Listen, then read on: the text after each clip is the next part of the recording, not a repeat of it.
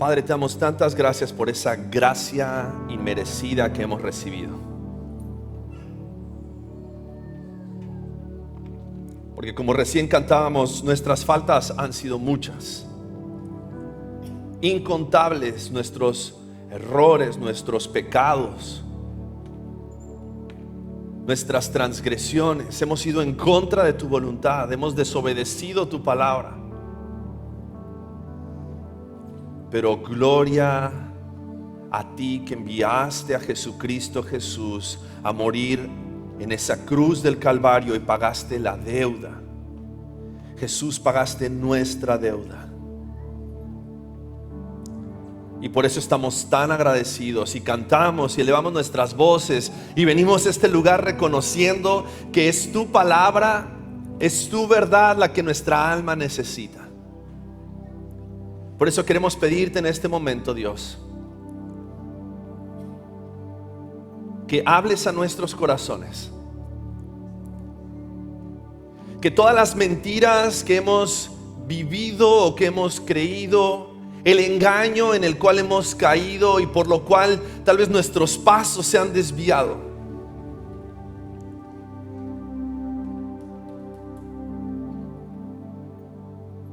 pueda ser cambiado por tu verdad. Que tu Espíritu Santo hable a nuestros corazones y que tu palabra viva y eficaz penetre hasta lo más profundo de nuestro corazón y que podamos escuchar tu voz. Oramos agradecidos por este tiempo, por este lugar, por esta familia en Cristo que hoy se reúne en este lugar para adorarte y para conocerte más. Habla a nuestros corazones. Te lo pedimos en el precioso nombre de Cristo Jesús. Amén. Amén. ¿Pueden tomar sus lugares, por favor?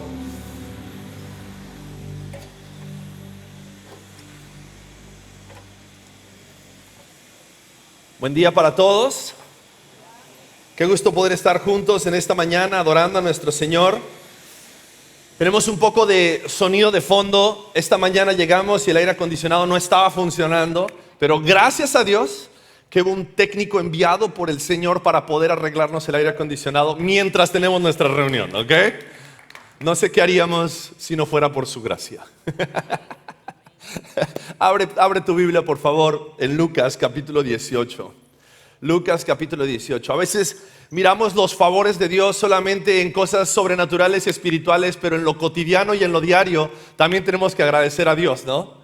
Agradecemos a Dios por la oportunidad de reunirnos en este lugar y de poder tener un tiempo en la palabra del Señor, pero también gracias por poder reunirnos como familia. Recién cuando oraba y daba gracias a Dios por esta oportunidad de estar juntos, pensaba en algunos de ustedes y pensaba en sus nombres y pensaba en sus rostros y digo, qué hermoso es que podamos estar formando una familia en Cristo, una familia que va experimentando y conociendo a Dios de una manera personal, pero también que juntos como familia a través de las iglesias en casa podamos estar creciendo y podamos estar conociéndole más a Él. Si aún no eres parte de una iglesia en casa, no quiero dejar de enfatizar la importancia y la relevancia que tiene poder estar juntos, poder reunirnos entre semana, poder estar juntos estudiando la palabra de Dios, orando unos por otros, compartiendo un tiempo en familia, comiendo, compartiendo los alimentos. Es tan importante para nuestras almas el hecho de poder estar creciendo como familia en Cristo. Así que si aún no eres parte de una iglesia en casa, te invito a que terminando la reunión te puedas acercar conmigo,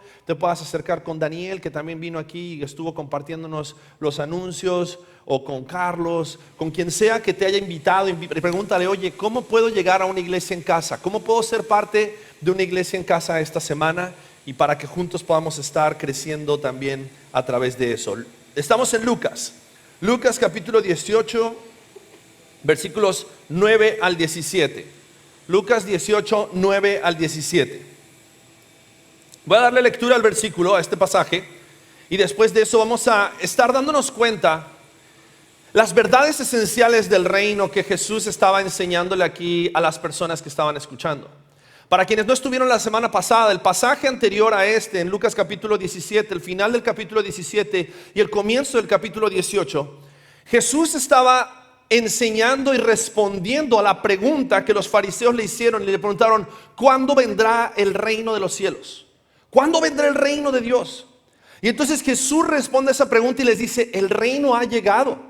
El reino había comenzado ya con la venida de Jesús a esta tierra. El reino de Jesucristo comienza, pero estamos esperando la consumación del reino de Jesús cuando Jesucristo vuelva. Y decíamos, Jesús viene pronto, pero mientras esperamos en este periodo de espera, Él desea que nosotros podamos estar viviendo de tal manera que le glorifiquemos, que honremos la gracia que hemos recibido en Cristo Jesús, viviendo de acuerdo a lo que su palabra también nos enseña. Pero aquí cuando llegamos al versículo 9 del capítulo 18, vamos a darnos cuenta que Jesús responde a otra pregunta. Jesús, si bien no le preguntan acerca de lo que vamos a estar leyendo, estoy seguro que era algo, una cuestionante que tenían todos en este momento, porque Jesús les habló, ha venido el reino, ha llegado el reino, pero la pregunta entonces es, ¿cómo puedo yo ser parte del reino de Dios? ¿Qué es necesario para entrar al reino de Dios? ¿Qué cosas tengo que hacer para poder ser parte del reino de Jesucristo aquí en la tierra? Ese reino eterno. Entonces aquí en Lucas capítulo 18 versículo 9 dice, dijo también Jesús esta parábola. Y Jesús les va a hablar a sus discípulos y a los fariseos y a todas las personas que estaban ahí con dos parábolas. Y en estas enseñanzas, en esta parábola y en esta instrucción, Jesús nos va a dejar bien claro de qué manera es que tú y yo podemos ser parte del reino. ¿Qué es lo que necesitamos hacer? Dijo esta parábola a unos que confiaban en sí mismos como justos y despreciaban a los demás. Dos hombres subieron al templo a orar. Uno era fariseo y el otro recaudador de impuestos. El fariseo, puesto en pie, oraba para sí de esta manera: Dios, te doy gracias porque no soy como los demás hombres, estafadores, injustos, adúlteros, ni aun como este recaudador de impuestos. Yo ayuno 2 veces por semana, doy el diezmo de todo lo que gano. Pero el recaudador de impuestos, de pie y a cierta distancia, no quería ni siquiera alzar los ojos al cielo, sino que se golpeaba el pecho diciendo: Dios, ten piedad de mí, pecador. Les digo que este descendió a su casa justificado, pero aquel no. Porque todo el que se engrandece será humillado, pero el que se humilla será engrandecido. Y traían a Jesús aún a los niños muy pequeños para que los tocara. Al ver esto, los discípulos los reprendían. Pero Jesús, llamándolos a su lado, dijo: dejen que los niños vengan a mí y no se lo impidan, porque de los que son como estos es el reino de Dios. En verdad les digo que el que no recibe el reino de Dios como un niño, no entrará en él. Entonces la pregunta aquí es: ¿cómo entrar al reino de Dios? ¿Cómo ser parte de este reino de Dios? Creo que todos en algún momento nos hemos hecho alguna pregunta que hemos pensado: algún día yo le voy a preguntar esto a Dios. Cuando llegue al cielo, y es una pregunta ingenua, no es un pensamiento ingenuo, porque cuando llegues al cielo ni siquiera vas a tener más preguntas. Cuando estés en el cielo vas a estar anonadado de estar en el cielo, ¿verdad? Pero creo que en algún momento todos nos hemos hecho este cuestionamiento. ¿Qué le preguntarías a Dios cuando llegues al cielo? Si un día tuvieras la oportunidad de preguntarle algo a Dios, estando en la eternidad, estando en el cielo, imagínate caminando por calles de oro, mar de cristal, paredes de piedras preciosas, y dijeras: tengo una oportunidad de hacerle una pregunta a Dios. Yo le preguntaría: ¿por qué creaste los mosquitos? ¿Qué propósito en nuestra santificación tenía que tú crearas los mosquitos? Y hay preguntas que tal vez son tontas, son preguntas simples. Pero creo que cuando nosotros hablamos acerca de Jesús y acerca de Dios, y hablamos acerca de la Biblia, una de las preguntas más relevantes que estoy seguro que muchas personas tal vez se cuestionaban acerca de estando con Jesús es: ¿cómo puedo lograr, cómo puedo hacer para poder estar con Jesús, no solamente sobre este tiempo en la tierra, sino por la eternidad? Si pudiera hacer que el tiempo no parara, si yo pudiera preguntarle algo a Jesús en ese tiempo, tal vez también sería: Jesús, ¿cómo puedo hacer para estar por el resto de la eternidad contigo? Y aquí Jesús nos deja estas enseñanzas claras. acerca de cómo y qué es necesario para poder entrar en el reino de Dios. Y si pudiéramos resumir lo que Jesús le dijo aquí a estos fariseos y a los discípulos es: la humildad es esencial para entrar en el reino de Dios. Humildad. Humildad.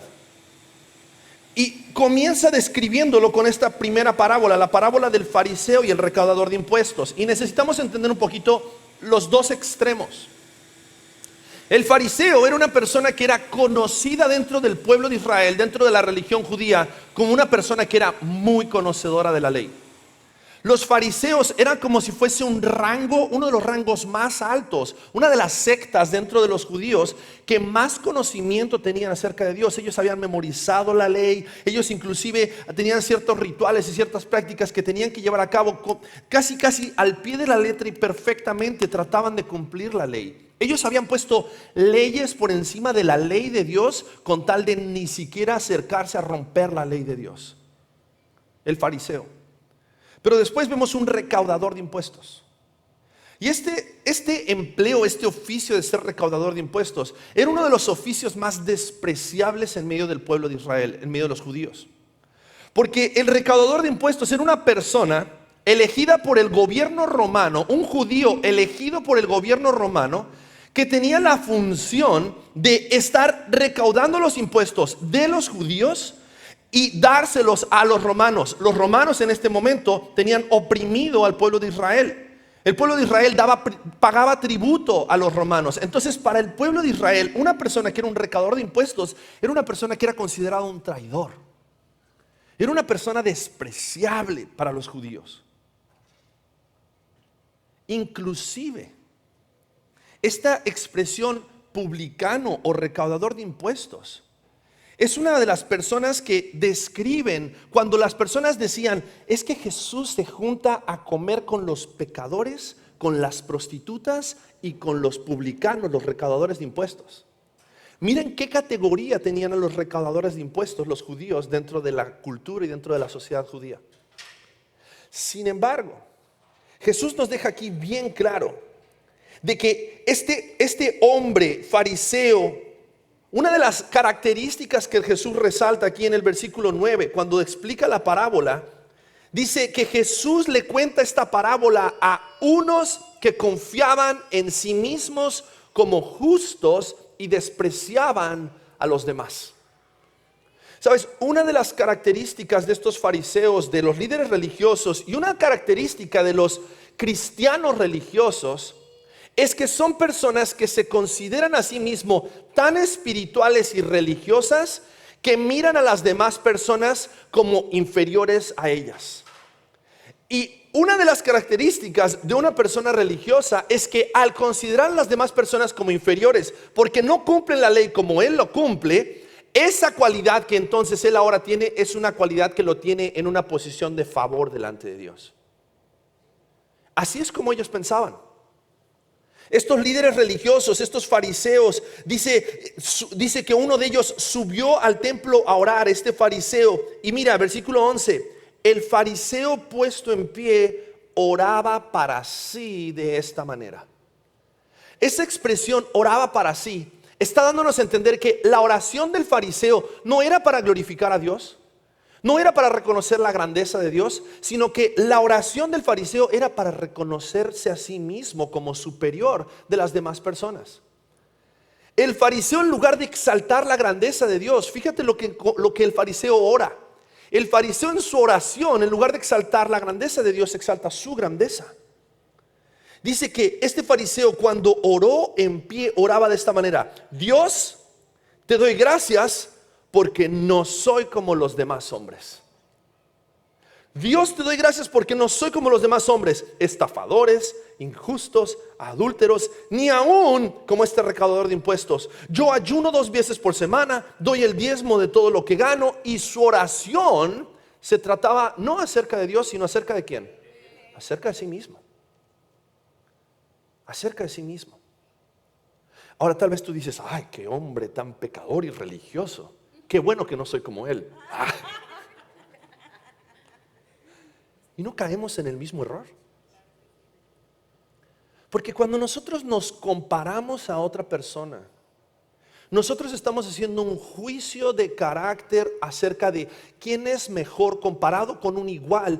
Pero si nosotros nos comparamos ante la grandeza y la santidad de Dios, cualquiera de nosotros tomaría la actitud del publicano en lugar de tomar la actitud del religioso. Y en lugar de orar y hablar acerca de nuestra grandeza, oraríamos y pediríamos como el publicano: Dios, ten misericordia de mí, ten piedad de mí. Y en esta parábola Jesús nos deja ver cómo esta oración de autojustificación del fariseo, Él hace una separación, Él hace una división entre lo que Él hacía y su religiosidad con lo que las demás personas hacían y su pecado. Pero algo que es importante es describir y ver cómo en esta parábola Jesús demuestra de que no importa qué tan religioso seas, no importa qué tan menos pecador seas comparado con las demás personas, tu religiosidad no es suficiente para que tú seas justificado delante de Dios. No hay cantidad de obras, no hay cantidad de horas que vengas a la iglesia, no hay cantidad de oportunidades de servicio que tomes, no hay cantidad de personas que evangelices, no hay cantidad de dinero que des que sea suficiente como para justificarte delante de Dios. Este fariseo dice: yo oro, y mira cuántas veces dice que ora. Dice que él ayunaba 2 veces por semana. Y me encantan los detalles de la palabra, porque el pueblo de Israel, los judíos, se esperaba que ellos ayunaran 2 veces al año. Pero él dice: yo no oro 2 veces al año, yo oro 2 veces por semana. O sea, 104 veces comparado contra las 2 veces que cualquier judío cualquiera ora. Si de religioso se trata, mírame a mí, Dios. Y no solamente oro 2 veces por semana, doy diezmo de todo lo que gano.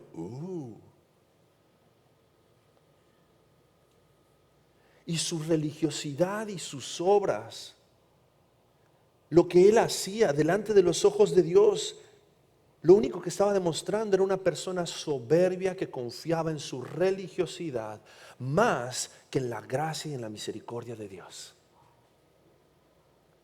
Nuestra religiosidad, nuestras obras, cumplir la ley, obedecer a Dios, venir a la iglesia, dar dinero, todas nuestras obras delante de los ojos de Dios jamás serán suficientes para justificarnos. Efesios capítulo 2 versículos 8 y 9 dice: por gracia sois salvos por medio de la fe, y esto no es de ustedes, de vosotros, porque es un don de Dios, no por obras, para que nadie se gloríe.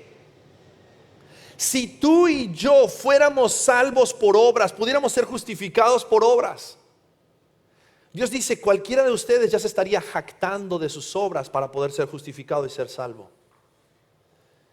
Pero este hombre religioso le daba gracias a Dios no por su misericordia, sino por su propia justicia. Se jactaba de sus prácticas religiosas porque ayunaba y diezmaba. Y el orgullo por sus logros religiosos lo tenía cegado a su verdadera necesidad de la gracia de Dios. Este hombre vino a orar, vino a presentarse delante de Dios, y en lugar de rogar por el favor de Dios, vino a presentarle delante de Dios su currículum vitae y a decirle: Dios, qué bueno que me elegiste a mí y no a este hombre pecador, sin darse cuenta que él iba a salir de ese lugar sin recibir la gracia y la misericordia de Dios, porque él había buscado orgullosa y soberbiamente su propia gloria.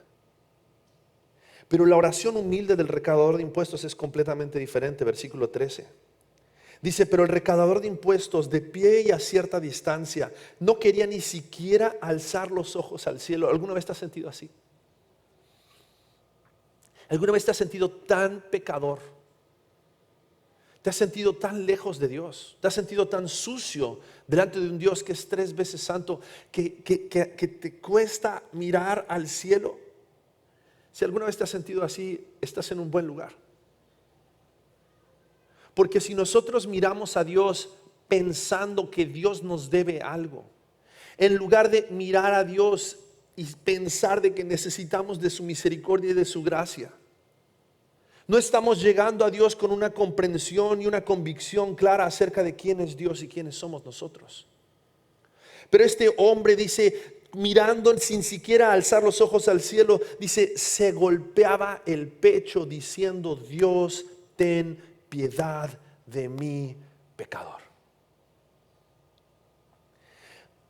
Hay veces que podemos sobreenfatizar la gracia y el amor de Dios sin enfatizar la razón por la cual necesitamos de la gracia y el amor de Dios. Sabes, hay muchas iglesias, muchos predicadores, muchos devocionales, muchas lecturas bíblicas que podemos hacer en nuestra vida cotidiana, frases en Facebook o en Instagram que nos gusta publicar, donde hablamos acerca de lo bueno que es Dios, la gracia de Dios y el amor de Dios. Pero déjame decirte algo, la gracia y el amor de Dios tuvo un precio. El favor de Dios para tu vida tuvo un precio. Y es que tú y yo, a causa de nuestros pecados, merecíamos la condenación eterna, pero por la gracia de Dios y el sacrificio de Cristo Jesús en la cruz del Calvario, tú y yo podemos experimentar la salvación y el perdón de nuestros pecados. Para que tú y yo podamos experimentar amor, gracia y perdón, Jesús tuvo que llevar sobre sus hombros la carga del pecado y el juicio de Dios en esa cruz del Calvario. Y este hombre, cuando entra delante de Dios, cuando entra a orar, dice que no sentía, dice, no podía ni siquiera mirar a Dios porque él era consciente de su pecado, pero al mismo tiempo él era consciente de un Dios que perdona los pecados. Él era consciente de un Dios que es misericordioso, un Dios que está buscando que el hombre pueda volver a tener esa relación personal con Dios por medio de la obra perfecta y los méritos de Cristo Jesús en la cruz del Calvario. Y sabes, en ese sentir es que este hombre entra con humildad. Se mantiene alejado, sintiéndose indigno de acercarse a Dios. Pero sus posturas y sus acciones reflejan un profundo arrepentimiento. Su sencilla oración, Dios, ten misericordia de mí, pecador, fue más poderosa que todos los atributos que se había hecho el hombre religioso. Su oración sencilla delante de Dios con sus propias palabras, con el dolor de su corazón, reconociendo su debilidad, su fragilidad y su vacío, pidiendo la misericordia de Dios, fue más efectiva que los diezmos, que los ayunos, que la religiosidad del fariseo. Porque la verdadera humildad es aquella que reconoce el pecado y busca la misericordia de Dios.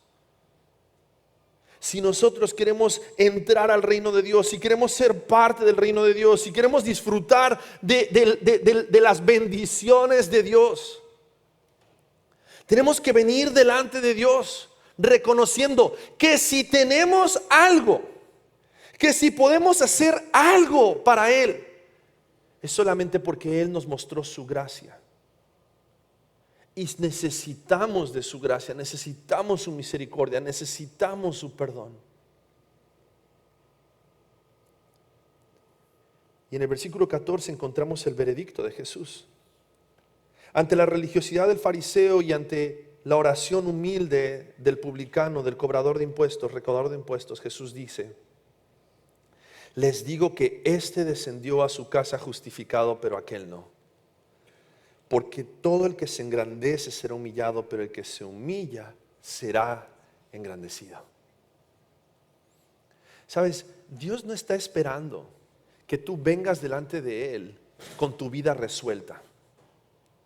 Dios no está esperando que tú vengas delante de Él con una cantidad de obras como para tratar de demostrar que tal vez tú sí mereces su favor, que tú sí mereces su justificación. Dios está esperando que tú y yo vengamos con la cabeza agachada, reconociendo que necesitamos su misericordia.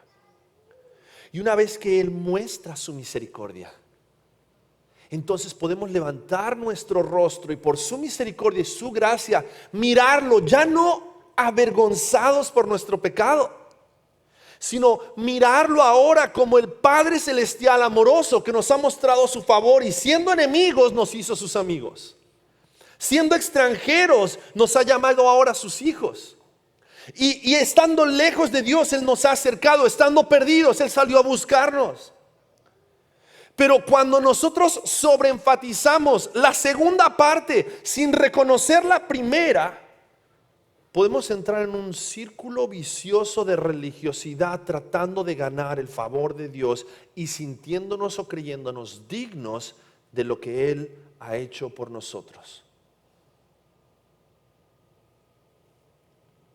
El publicano, no el fariseo, regresó a casa justificado. El principio que vemos aquí es: todo aquel que se enaltece será humillado, pero el que se humilla será enaltecido, porque la justificación no viene por obras, sino por la gracia de Dios recibida con humildad.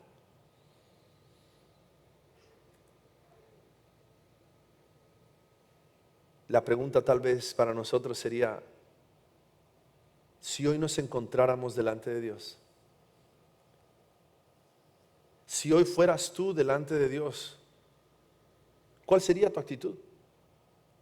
¿Sería una actitud humilde, reconociendo tu necesidad, reconociendo tu bajeza, reconociendo tu necesidad de la misericordia y la piedad de Dios en tu vida? Si nosotros queremos experimentar el reino de Dios en nuestras vidas, tenemos que empezar por humillarnos, reconociendo cuánto necesitamos de la gracia de Dios en nosotros. Ahora, versículos 15 al 17 nos muestra una segunda enseñanza. La primera enseñanza que nosotros vemos es en esta parábola cómo necesitamos ser humildes para poder entrar en el reino de Dios. Pero Jesús, como si todavía necesitaran mayor aclaración y mayor explicación, Jesús les enseña cómo la fe de un niño es aquella que Jesús está buscando en sus seguidores. Mira lo que dice versículos 15 al 17. Y traían a Jesús aún a los niños muy pequeños para que los tocara. Y al ver esto los discípulos los reprendían. Pero Jesús, llamándolos a su lado, a los niños, les dijo: dejen que los niños vengan a mí y no se lo impidan, porque de los que son como estos es el reino de Dios. ¿Cómo son los niños? ¿Qué podemos aprender de los niños para poder entrar al reino de Dios como los niños? Porque Jesús dice en el versículo 17: en verdad les digo que el que no recibe el reino de Dios como un niño, no entrará a él. Ahora necesitamos entender un poco del contexto acerca de los niños. No sé si sabías, pero en ese tiempo, en esa cultura, 60% de los niños no llegaban a los 12 años. Era muy difícil ser niño. Hoy pensamos: ¿es tan fácil ser niño? Difícil ser adulto y tener que trabajar para mantener a tu familia. Pero en ese tiempo ser niño era buscar sobrevivir, y los padres lo que querían era que su hijo lograra llegar a la adolescencia y ser un adulto. Tanto que dice que traían a los niños a Jesús para que Jesús los bendijera. Y tal vez con la bendición de Jesús los niños tuvieran una mayor oportunidad de poder llegar a crecer y ser adultos. Entonces los padres traían a los niños y Jesús les dice: dejen que los niños vengan a mí, porque el reino de Dios pertenece a todos los que son como estos niños. Ahora, ¿qué actitud tenían los niños? Si hay algo que podemos aprender acerca de los niños, es dependencia. Un niño es 100% dependiente de sus padres. Un niño no se puede valer por sí mismo. Un niño no puede buscar la forma de alimentarse a sí mismo. Hay algunos niños que son la excepción.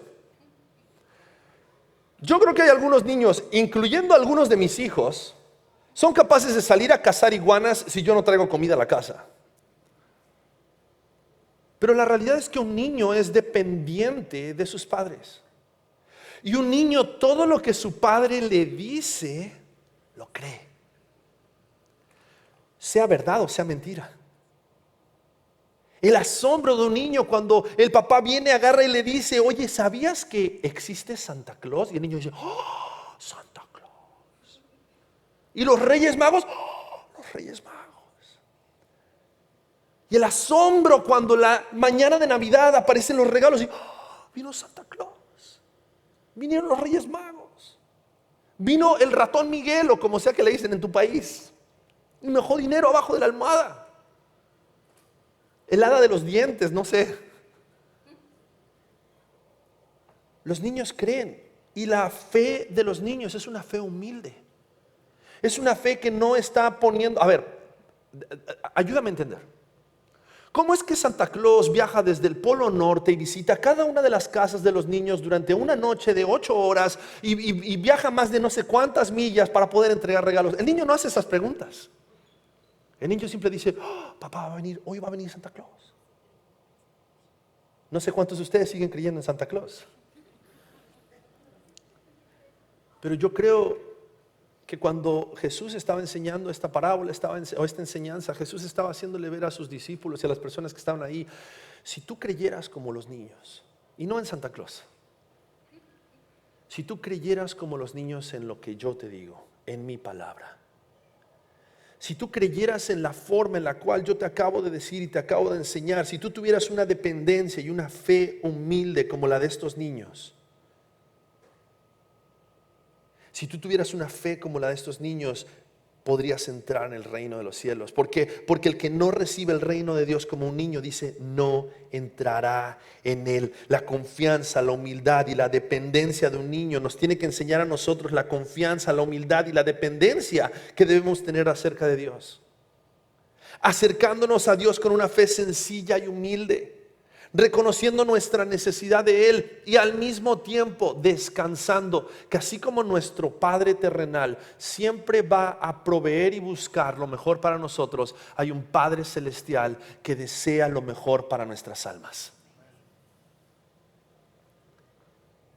Ante esta realidad y esta verdad acerca del reino de Dios y esta verdad apremiante de que tú y yo podemos experimentar el reino de Dios, podemos ser parte de su reino, podemos ser parte de tener una relación personal de nuevo con Dios, ser llamados hijos de Dios, ser embajadores de Dios sobre esta tierra y poder pasar la eternidad con Dios. Tenemos que pensar y tenemos que creer en la forma en la cual Dios ha establecido para que tú y yo podamos entrar en el reino. No es por nuestras obras, no es por nuestra religiosidad, no es por arreglar y poner en orden nuestras vidas. Es solamente por su gracia y su misericordia que nosotros hoy podemos experimentar su reino, que hoy podemos experimentar el perdón de nuestros pecados y la vida eterna. Pero requiere que nos acerquemos a Él con humildad. Requiere que reconozcamos que no somos nosotros, no son nuestras capacidades, es Dios y su gracia lo único que nos habilita, lo único que es esencial para poder entrar en el reino de los cielos. ¿Cómo está tu corazón? ¿En qué estás confiando? ¿Estás confiando en la obra perfecta de Cristo Jesús? O tal vez estás confiando en tu propia religiosidad, en tus propias obras, en aquellas cosas que tú puedes hacer por Dios y para Dios, en lugar de aquello que Dios hizo por ti y para ti. Sabes, Jesús entregó su vida en la cruz para que tú no tuvieras que entregar tu vida para ser salvo, pero para que tú pudieras experimentar la salvación y entregar tu vida como respuesta a la salvación que Él te ofrece por su gracia. Así que quiero invitarte a que cierres tus ojos por un momento.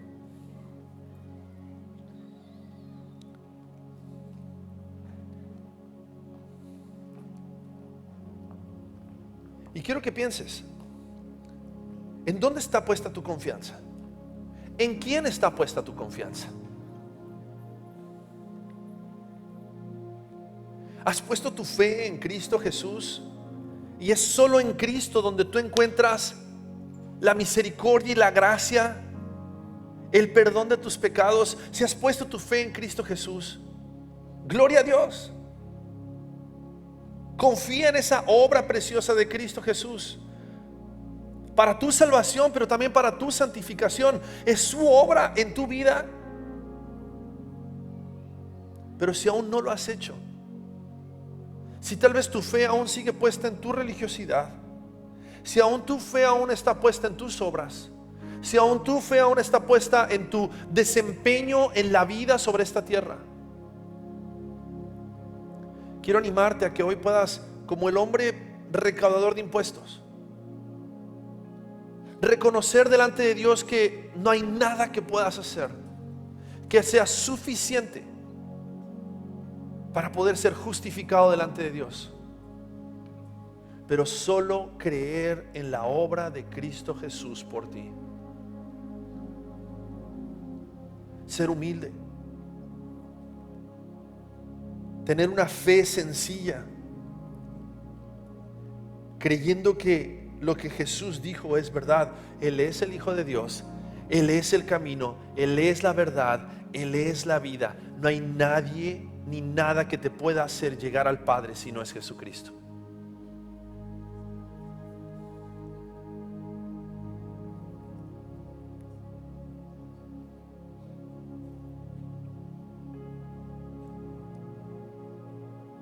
¿Te comparas con otros para sentirte mejor acerca de ti mismo?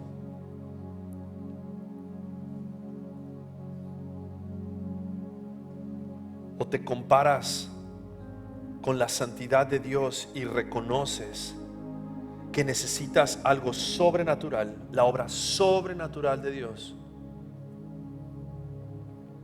para poder volver a ser acepto delante de Dios y experimentar comunión con un Dios que es 3 veces santo?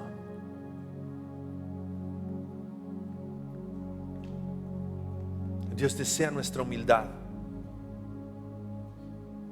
Es la única forma, reconociendo que no hay nada que podamos hacer para ser salvos. Padre, gracias por tu palabra. Gracias por estas verdades acerca del reino que nos permiten venir delante de ti sin pretensiones, sino solamente rogando por tu piedad en nuestras vidas, sabiendo que tú recibes al que viene delante de ti con un corazón contrito y humillado. Venimos delante de ti, Dios, reconociendo que sin la obra de Cristo Jesús, sin tu piedad y sin tu misericordia estaríamos perdidos. Pero por la obra de Cristo a nuestro favor, hoy podemos venir confiados delante de ti, sabiendo de que no son nuestras obras, no es nuestra religiosidad, no es nuestro desempeño sobre esta tierra, sino la obra preciosa de Cristo Jesús en la cruz, en donde podemos encontrar perdón, salvación y vida eterna.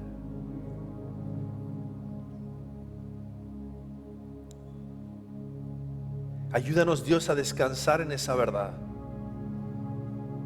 a no buscar a través de una religiosidad, aún habiendo entendido tu gracia, Señor, buscando una religiosidad en nuestro caminar como para añadir a nuestra salvación. Ayúdanos a caminar en obediencia a ti, pero en respuesta al saber de que no hay nada más que tengamos que hacer para ser salvos. Todo lo hemos recibido en Cristo Jesús. Ayúdanos, Dios. Te lo pedimos en el precioso nombre de Cristo Jesús. Amén.